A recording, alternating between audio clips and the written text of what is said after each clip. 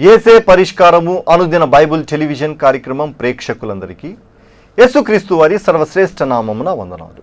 ప్రభువునందు ప్రియ దేవుని బిడ్డలారా, నేటి దినము పాస్టర్ కారుపాటి శ్యామ్ సాగర్ గారి ద్వారా సామెతల గ్రంథమును ధ్యానం చేసుకుందాము.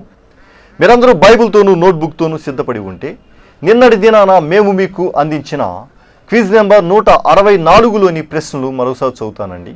నిన్నటి దినాన వ్రాసుకొని వారు ఎవరైనా ఉంటే తొందరగా వ్రాసుకోవడానికి ప్రయత్నం చేయండి. ఈ క్విజ్ నెంబర్ 164 సామెతల గ్రంథము 2వ అధ్యాయం నుండి 8వ అధ్యాయము మధ్య ఇవ్వబడిన ప్రశ్నలు. మొదటి ప్రశ్న: దేనిని సంపాదించుట కంటే జ్ఞానలాభము నొందుట మేలు? దేనిని సంపాదించుట కంటే జ్ఞానలాభము నొందుట మేలు? రెండవ ప్రశ్న: ఎవరి పెదవుల నుండి తేనె కారును? ఎవరి పెదవుల నుండి తేనె కారును? మూడో ప్రశ్న: యెహోవాకు అసహ్యమైనవి ఎన్ని కలవు?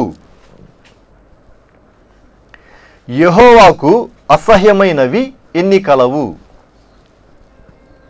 నాలుగో ప్రశ్న: ఆలోచన చెప్పుట లెస్సైన జ్ఞానమిచ్చుటయు నా వశము. రెఫరెన్సు రాయండి. ఆలోచన చెప్పుటయు లెస్సైన జ్ఞానమిచ్చుటయు నా వశము. రిఫరెన్సు రాయండి. ఎవరి ఎడల ఆయన దయచూపును? ఆఖరి ప్రశ్న: ఎవరి ఎడల ఆయన దయచూపును? ఈ 5 ప్రశ్నలకు సరైన సమాధానాలు రాసి వచ్చే శనివారంలోగా మా కార్యాలయానికి పంపించండి. మీ పేరు, అడ్రస్సు రాయటం మర్చిపోకండి. మీరందరూ సిద్ధపడి ఉంటే పాస్టర్ కారుపాటి శ్యామ్ సాగర్ గారు ప్రార్థన చేసి ఈ దినపు వాక్య పరిచర్య చేస్తారు. ప్రార్థన చేసుకుందాం. దయచేసి తలలు వంచండి, ప్రార్థనలో ఏకీభవించండి. మమ్మలను మిక్కిలిగా ప్రేమిస్తున్న మా ప్రియ పరలోకపు తండ్రి, మీ పరిశుద్ధ ఘన నామమునకు స్తోత్రాలు అర్పిస్తున్నాం.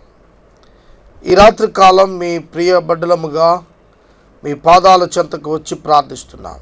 మా ప్రేక్షకులను దీవించండి.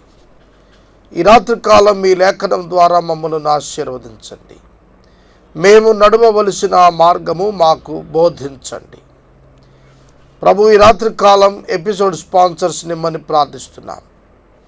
పశ్చిమ గోదావరి జిల్లాలో కేబుల్ ద్వారా జరుగుతున్న సువార్థీకరణను దీవించి అనేకులు మీ నామమును తెలుసుకున్నట్లు మార్గమును తెరవమని ప్రార్థిస్తున్నాను.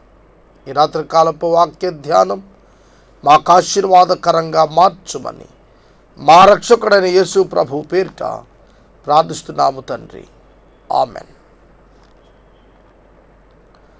ప్రభువు నందు ప్రియమైన దేవుని బిడ్డలారా, దయచేసి మీ పరిశుద్ధ బైబిల్ గ్రంథాన్ని తెరిచి సామెతల గ్రంథం 11వ అధ్యాయం 12వ వచనము నుండి వాక్యాన్ని గమనించమని మనవి చేస్తున్నాను. గత రాత్రి 11వ అధ్యాయములోని మొదటి 11 వచనాలు మనము ధ్యానించాం. 12వ వచనము నుండి వాక్యాన్ని చదువుకుందాం. తన పొరుగు వానిని తృణీకరించువాడు బుద్ధి లేనివాడు. తన పొరుగు వానిని తృణీకరించువాడు బుద్ధి లేనివాడు. వివేకి అయిన వాడు మౌనముగా ఉండును. ఈ వచనంలో ఈ 2 లైన్లు కలిపి చదవాలి. వివేకి అయిన వాడు మౌనముగా ఉంటాడు. పొరుగువానిని బుద్ధిహీనుడు తృణీకరించి అవివేకి అవుతాడు. మౌనముగా ఉన్నవాడు వివేకి, తృణీకరించిన వాడు బుద్ధిహీనుడు, అవివేకి. ఎవరిని తృణీకరించువాడు? పొరుగు వారిని తృణీకరించువాడు.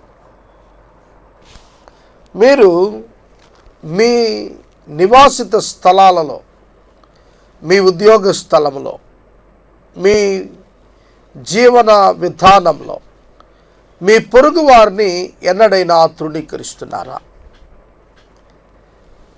ఇతరులను తృణీకరించే జాఢ్యం, జబ్బు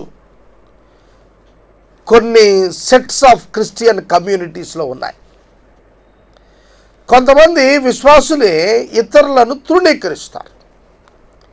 బ్రదర్, మేము ఫలానా వారిని చేర్చుకోం, ఫలానా వారిని మేము దూరంగా ఉంచేస్తాం, మా సహవాసం వారిని మేము అంగీకరిస్తాం, మిగతా వారిని మేము తృణీకరిస్తామంటారు. అలా తృణీకరించకూడదు. యేసుక్రీస్తు ప్రభువు ఎవరినైనా తృణీకరించాడా? ప్రశ్న. యేసుక్రీస్తు ప్రభువు ఎన్నడైనా ఎవరినైనా తృణీకరించాడా? తృణీకరించలేదు. ఆయన వివేకం గలవాడు. ఆయన మౌనంగా ఉన్నాడు. శిలువ వేస్తున్నప్పుడు యేసుక్రీస్తు ప్రభువు ఎవరిని తృణీకరించలేదు. పిలాతును తృణీకరించలేదు, పిలాతు అధికారాన్ని తృణీకరించలేదు, ప్రధాన యాజకులను తృణీకరించలేదు, ప్రధాన యాజకుల అధికారాన్ని తృణీకరించలేదు, రోమా సైనికులను తృణీకరించలేదు, వారు విధించిన శిక్షను కూడా తృణీకరించలేదు, మౌనముగా భరించాడు. ఎలయనగా ఆయన వివేకం కలవాడు, ఆయన వివేకి. సోదరుడా, సోదరి, ఈ దినాల్లో చాలామంది వాక్యం తెలియక ఇతరులను తృణీకరిస్తున్నారు. ఎంత ఘోర పాపినైనా ప్రభువు చేర్చుకుంటాడే కానీ తృణీకరించడు, క్షమిస్తాడు. ప్రభు సన్నిధికి వచ్చిన వారిని ఎన్నడూ తృణీకరించడు. మరి ఈ రాత్రి నీవు తృణీకరిస్తున్నావా? చాలా పర్యాయాలు స్వనీతి పరులు ఇట్లాంటి పనులు చేస్తారు. అవినీతి పరుల కంటే స్వనీతి పరులు ప్రమాదంలో ఉన్నారు. అవినీతి కంటే స్వనీతి భయంకర పాపం, ఒక మోతాదు ఎక్కువ అని అర్థం చేసుకోవాలి. తృణీకరించకండి. భిన్న డినామినేషన్స్ను కొందరు తృణీకరిస్తూ ఉంటారు. అలా తృణీకరించవద్దు. వారేమై ఉన్నారో దానిని బట్టి తృణీకరించవద్దు, కానీ మీరేమై ఉన్నారో దానిని బట్టి వారిని అంగీకరించండి. వారికి తీర్పు తీర్చ ప్రయత్నం చేయొద్దు. అనేక పర్యాయాలు మనం తీర్పు తీర్చేస్తుంటాం. ఫలానా సహవాసం మంచిది కాదు, ఫలానా సంఘం మంచిది కాదు. ఎన్నడైనా నీ భక్తిని బట్టి, నీ అంగీకారాన్ని బట్టి, నీ యోగ్యతను బట్టి ఇతరులను నీవు తృణీకరించినట్లయితే నీవు అయోగ్యుడు అయిపోతావు. బోధించు నీవు భ్రష్టుడు అవుతావు. కనుక వివేకిగా మౌనముగా ఉండటం నేర్చుకో. కొండెగాడై తిరుగులాడు వాడు నరుల గుట్టు బయటబెట్టును, నమ్మకమైన స్వభావం కలవాడు సంగతి దాచును. ఫెయిత్లెస్నెస్, నమ్మకత్వం, అపనమ్మకత్వం. నమ్మకత్వం గలవాడు సంగతి దాస్తాడు. నమ్మకమైన స్వభావం గలవాడు, సరి అయిన నమ్మకస్తుడు కానివాడు, అపనమ్మకస్తుడు, కొండెగాడు తిరుగులాడుచు సంగతిని బయట పెట్టేస్తాడు. ఇక్కడ ఆలోచించాలి. మనము చెబుతున్న మాట ఎదట వ్యక్తి యొక్క గౌరవ ప్రతిష్టలను డ్యామేజ్ చేసేదిగా ఉంటుందా అనేది ఆలోచించుకోవాలి. ఏది పడితే అది మాట్లాడటం అలవాటు మంచిది కాదు. స్పీక్ లైక్ ఎ బిలీవర్, విశ్వాసిలా మాట్లాడు. లోకస్తునిలా నోరు పారేసుకోకు. ప్రభువు బిడ్డలా మాట్లాడు. ప్రభువు కొరకైన రోషం కలిగి మాట్లాడు. పరుల గుట్టు బయట పెడుతున్నావా? ఏదైతే దాచమని నీతో చెప్పబడిందో అది దాచక, దాస్తానని చెప్పిన ప్రమాణం ప్రక్కన పెట్టి అల్లరి చేస్తున్నావా? సోదరుడ, సోదరి, దేవుని వాక్యం అటువంటి వారిని ఖండిస్తోంది. నమ్మకమైన స్వభావం కలిగిన వాడు సంగతి దాస్తాడు. అక్కడ సంగతి కంటే అతని స్వభావం ముఖ్యంగా చెప్పబడింది. అతని స్వభావం, అతని యొక్క internal condition of the heart చాలా అద్భుతమైనది. చాలామంది ఈ దినాల్లో తమ జీవితాలను, తమ యొక్క మాటలను ఇతరులకు నొప్పి కలిగించేవిగానే ఉంచుతున్నారు. దేవునికి లోబడి నమ్మకంగా ఉండేవారు కనబడటం లేదు. ప్రతి క్రైస్తవుడు దీన్ని అభ్యాసం చేసుకోవాలి. 14వ వచనం, నాయకులు లేని జనులు చెడిపోతారు.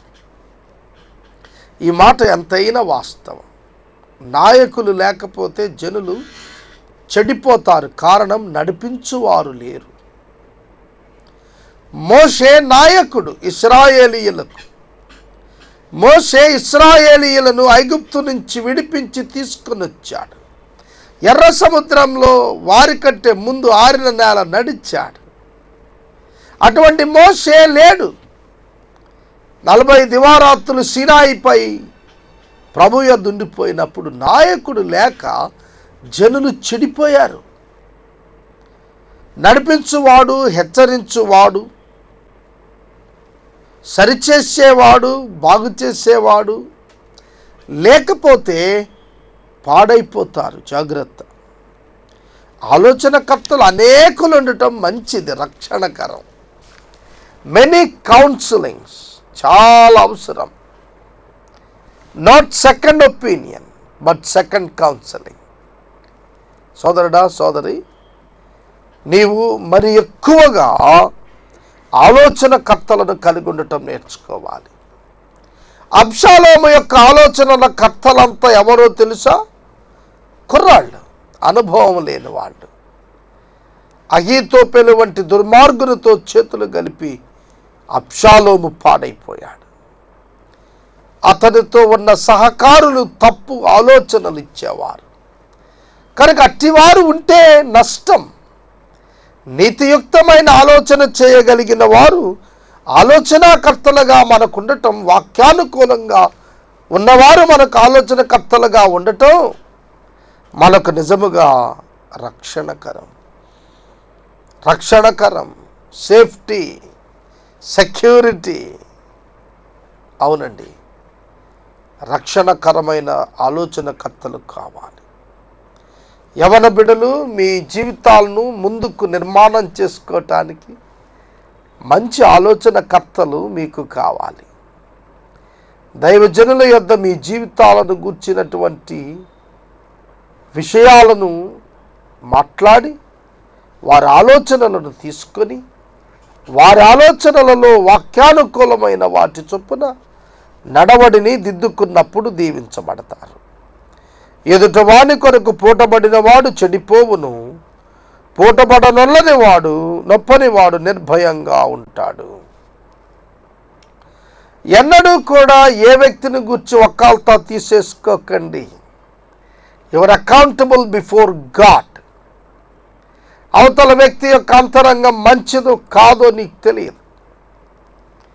అటువారితో పాలిభాగం పొందద్దు. నెరవు గల స్త్రీ ఘనతనందును బలిష్ఠులు ఐశ్వర్యం చేపట్టుదురు. దయకలవాడు తనకే మేలు చేసుకును, క్రూరుడు తన శరీరమునకు బాధ తెచ్చుకును. దయకలవాడు తనకు మేలు చేసుకుంటాడు. అనేకులకు దయ చూపించిన వానికి దయ చూపించబడుతుంది. జాలి కలిగిన వానికి జాలి చూపించబడుతుంది. కనికరము గలవాడు కనికరాన్ని పొందుతాడు. ఇది ప్రభువు మాట. కనుక మీరేం కలుగుంటున్నారు? కొన్ని పర్యాయాలు మనం కనికరం, జాలి కలుగుంటాకి ఇష్టపడం. మనిషికిచ్చే విలువ కంటే డబ్బుకిచ్చేటువంటి మనీకి ఇచ్చే విలువ ఎక్కువ ఉంటుంది. అది ఎంత అసహ్యం! మానవ ప్రాణం విలువ ఎంత, నోట్ల కట్ట విలువ ఎంత? సోదరుడా, సోదరి, నీ ప్రాణము, నీ ఆత్మ, నీ శరీరం దేవుడు నీకు ఇచ్చిన గొప్ప వరం. ప్రభువు మహిమార్థం నీవు నీ జీవితాన్ని వాడుకోగలగాలి. నెనరు గల స్త్రీ ఘనతనందును బలిష్ఠులు ఐశ్వర్యము చేపట్టుదురు. దయకలవాడు తనకే మేలు చేసుకుంటున్నాడు. దయగలవాడు తనకే మేలు చేసుకుంటున్నాడు, క్రూరుడు తనకే బాధ కలుగజేసుకుంటున్నాడు. నీకు మేలు కలుగుతుందా, నీకు బాధ కలుగుతుందా? ఒకసారి ఆలోచన చేయి. మేలు కలగాలి అంటే నీ ప్రవర్తన కారణం, కీడు కలుగుతోందంటే నీ ప్రవర్తనే కారణం. You are the root cause for your good things are your bad things. నీ మంచి క్రియలకు మంచి ప్రతిఫలాలకు, నీ చెడు క్రియలకు చెడ్డ పరిణామాలకు కారణం ఇతరులు కాదు, నీవే. నీ మనస్సే, నీ అంతరంగమే, నీ తీర్మానాలే, నీ అవిశ్వాసమే అవుతుంది. జాగ్రత్త. భక్తిహీనుని సంపాదన వానిని మోసం చేస్తుంది, నీతి నిమిత్తం వాడు శాశ్వతమైన బహుమానం పొందుతాడు. భక్తిహీనుడు సంపాదిస్తాడు, ఆ సంపాదన చేత మోసపోతాడు. డబ్బుతో సమస్తం సాధ్యం అనుకునే మోసంలో సంపాదకుడు పడిపోతూ ఉంటాడు. డబ్బు కలిగిన వాడు అనేక పర్యాయాలు పడిపోతాడు. ఎందుకు? ఈ డబ్బే నాకు ముఖ్యం, సమస్తం, వీటి వలన నేను ఏదైనా సాధించేస్తాననుకునే తత్వం వస్తుంది. చూశారు, అటువంటి వారికి నష్టం. నీతిని విత్తువాడు శాశ్వతమైన బహుమానం పొందుతాడు. నీతిని విత్తండి. నీతిని విత్తుట ఏమిటి? నీతి యేసుక్రీస్తే. ఎక్కడ విత్తబడాలి? మానవుల హృదయాలలో విత్తబడాలి. విత్తువాని ఉపమానం విన్నారు కదా. విత్తువాని ఉపమానములో విత్తబడిన విత్తనం దేవుని వాక్యం. విత్తబడినటువంటి పొలము మానవ హృదయం. కనుక నీ హృదయమందు వాక్యం అనే ఫలాన్ని నీవు విత్తుకోవాలి. నీతిని విత్తావో శాశ్వతమైనటువంటి బహుమానం పొందుతావు. బలా మంచి నమ్మకమైన దాసుడా అని ప్రభు స్వరమెత్తి నిన్ను పిలుస్తాడు.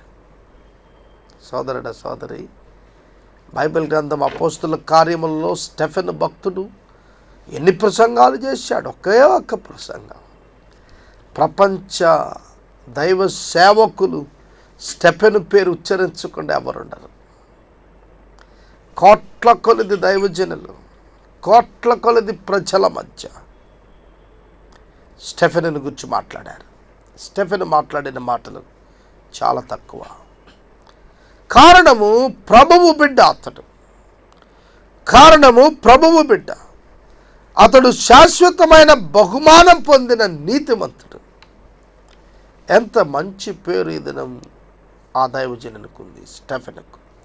కారణం ఏమిటి? అతడు ప్రభు నిమిత్తం అతడు పడినటువంటి బాధ, ప్రభు కొరకు అతడు తీసుకున్న నిర్ణయం అతనిని సమాజం బాధించిన అతడు ధన్యుడిగానే ఉన్నాడు.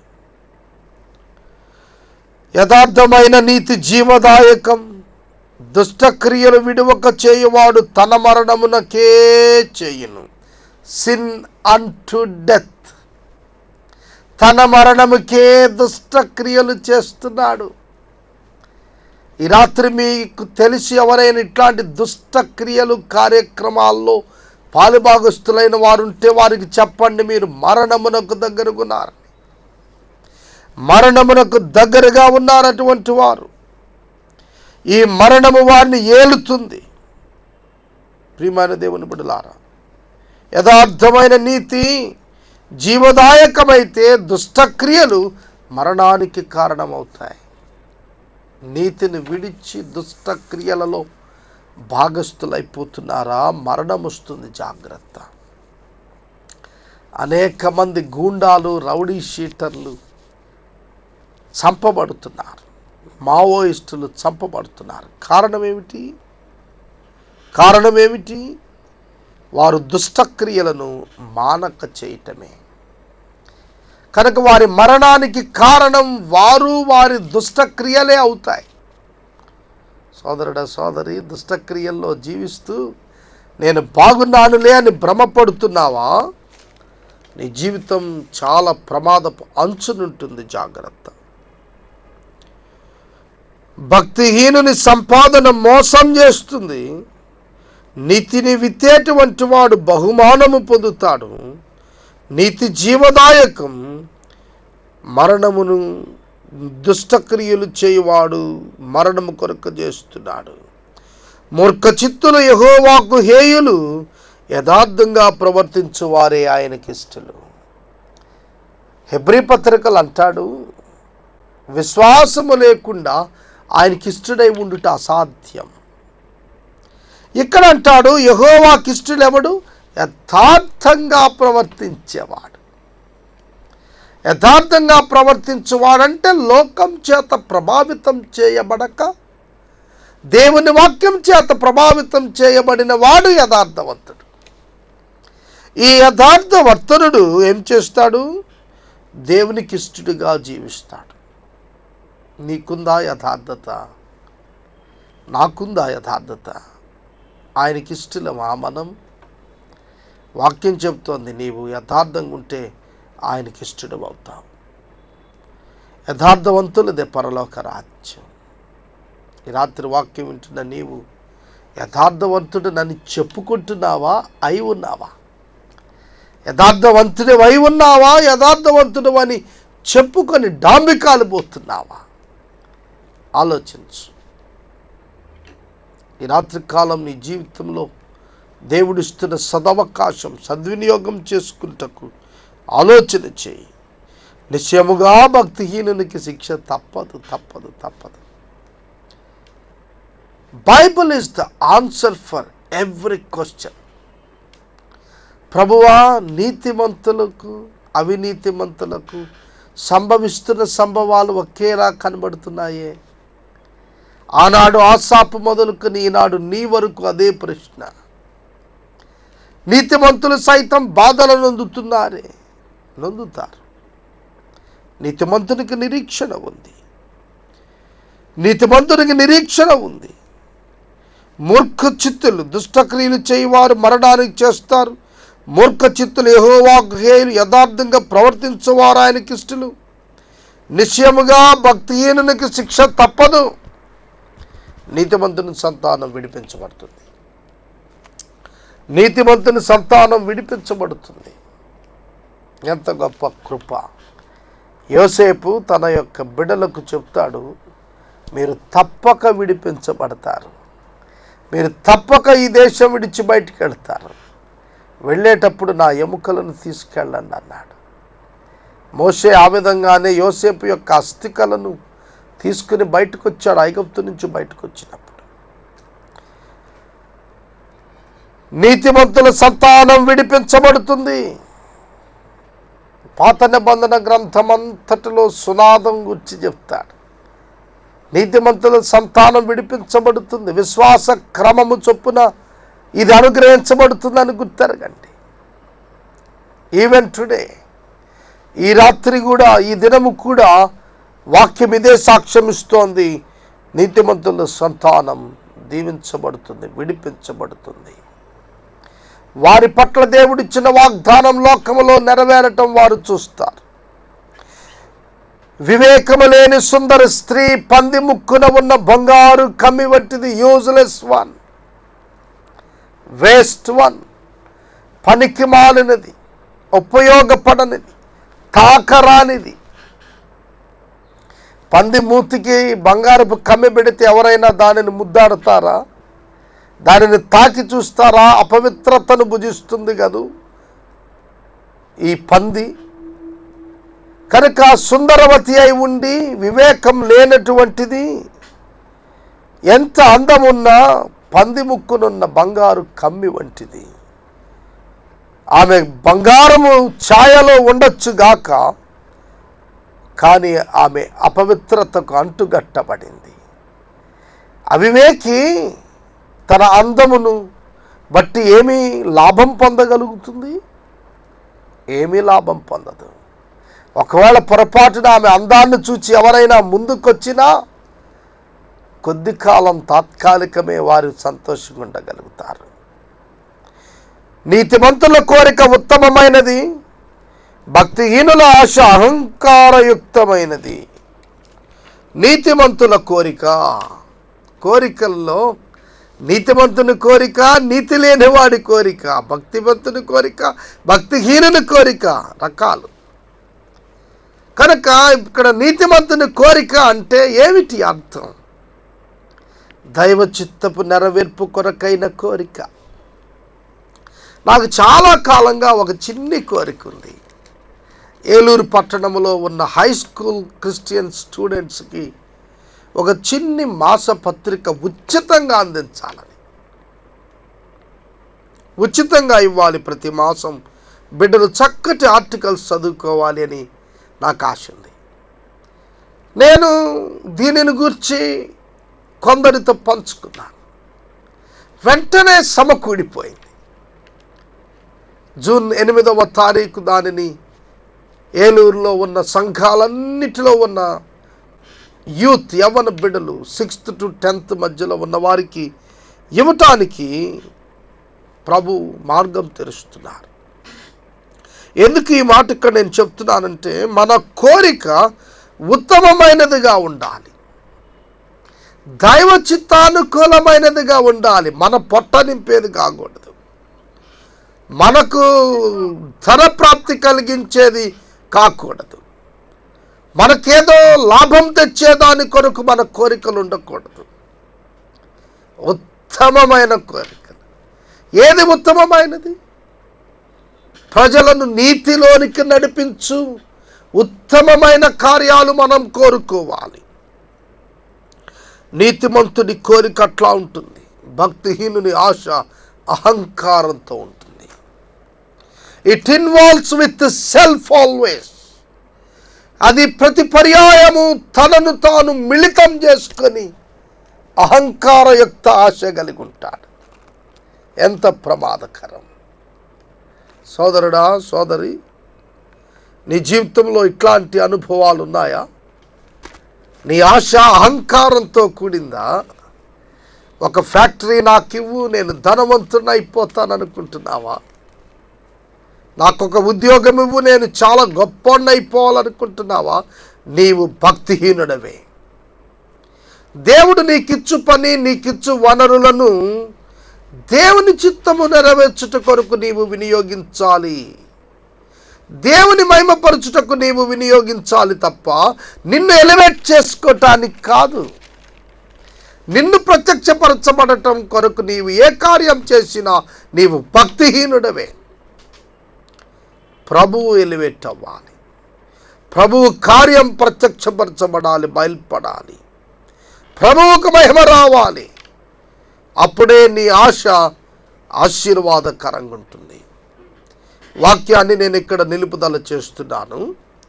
రేపటి వాక్య భాగంలో 24వ వచనం అతి ప్రాముఖ్యమైన వచనం, గివింగ్ గురించి. బైబిల్ గ్రంథంలో గివింగ్ని గురించి ఆశ్చర్యకరమైన విషయాలు ఉన్నాయి. చెప్పడానికి మనం ప్రయత్నం చేసుకుందాం.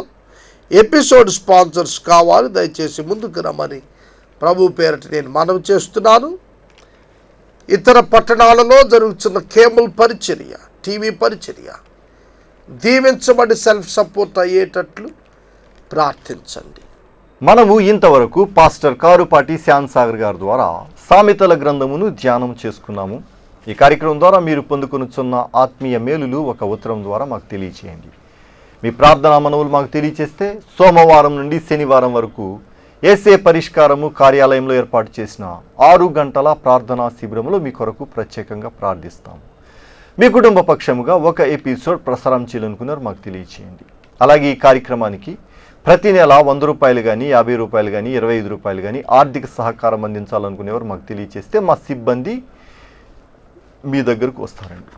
అలాగే క్విజ్ నెంబర్ 164లోని ప్రశ్నలు మరొకసారి చదువుతాను, తొందరగా వ్రాసుకోవడానికి ప్రయత్నం చేయండి.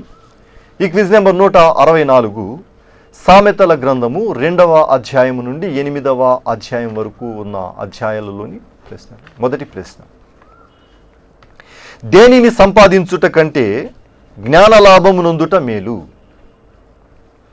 దేనిని సంపాదించుట కంటే జ్ఞాన లాభము నొందుట మేలు? రెండవ ప్రశ్న, ఎవరి పెదవుల నుండి తేనె కారును? ఎవరి పెదవుల నుండి తేనె కారును? మూడో ప్రశ్న, యెహోవాకు అసహ్యమైనవి ఎన్ని కలవు? యెహోవాకు అసహ్యమైనవి ఎన్ని కలవు? నాలుగో ప్రశ్న, ఆలోచన చెప్పుటయు లెస్సైన జ్ఞానమిచ్చుటయు నా వశము. రిఫరెన్సు రాయండి. ఆలోచన చెప్పుటయు లెస్సైన జ్ఞానమునిచ్చుటయు నా వశము. రిఫరెన్సు వ్రాయండి. ఐదో ప్రశ్న, ఎవరి ఎడల ఆయన దయచూపును? ఎవరి ఎడల ఆయన దయచూపును? ఈ 5 ప్రశ్నలకు సరైన సమాధానాలు రాసి వచ్చే శనివారంలోగా మా కార్యాలయానికి పంపించండి. మీ పేరు, అడ్రస్సు రాయటం మర్చిపోకండి. ముగింపు ప్రార్థన ఆశీర్వాదాలతో ఈ కార్యక్రమాన్ని ముగించుకుందాం. ప్రార్థించుదాం. మమ్మల్ని మిక్కిలుగా ప్రేమిస్తున్న మా ప్రియ తండ్రి, మీకు కృతజ్ఞతలు. ఈ రాత్రి కాలం మీ ప్రియ బిడ్డలంగా మీ సన్నిధిని చేరి ప్రార్థించి ఆరాధిస్తున్నాం. మీరిచ్చిన వాక్యాన్ని బట్టి వందనాలు. మా జీవితాల్లో మీ లేఖనం చొప్పున నడుచుకుంటానికి మీరిస్తున్న ప్రతి దివ్య సందేశం మాలో రూపాంతరం ఇవ్వబడుటకు కృప చేయమని ప్రార్థిస్తున్నాం. పరిష్కారం పరిచర్యను జ్ఞాపకం చేసుకొనమని విజ్ఞాపన చేస్తున్నాను. పరిష్కారం ప్రేక్షకులను దీవించండి. రక్షణ భాగ్యం అనుగ్రహించండి. ఆర్థిక సహకారాలను పెంపొందించండి. ప్రతి అవసరం తీర్చండి. యేసు ప్రభువు పేరిట ప్రార్థిస్తున్నాము తండ్రి, ఆమేన్. మన తండ్రి అయిన దేవుని ప్రేమ, కుమారుడైన యేసుక్రీస్తు వారి యొక్క కృప, పరిశుద్ధాత్మ దేవుని యొక్క అన్యోన్య సహవాసం సదాకాలము మనకందరికి తోడై ఉండునుగాక. ఆమెన్.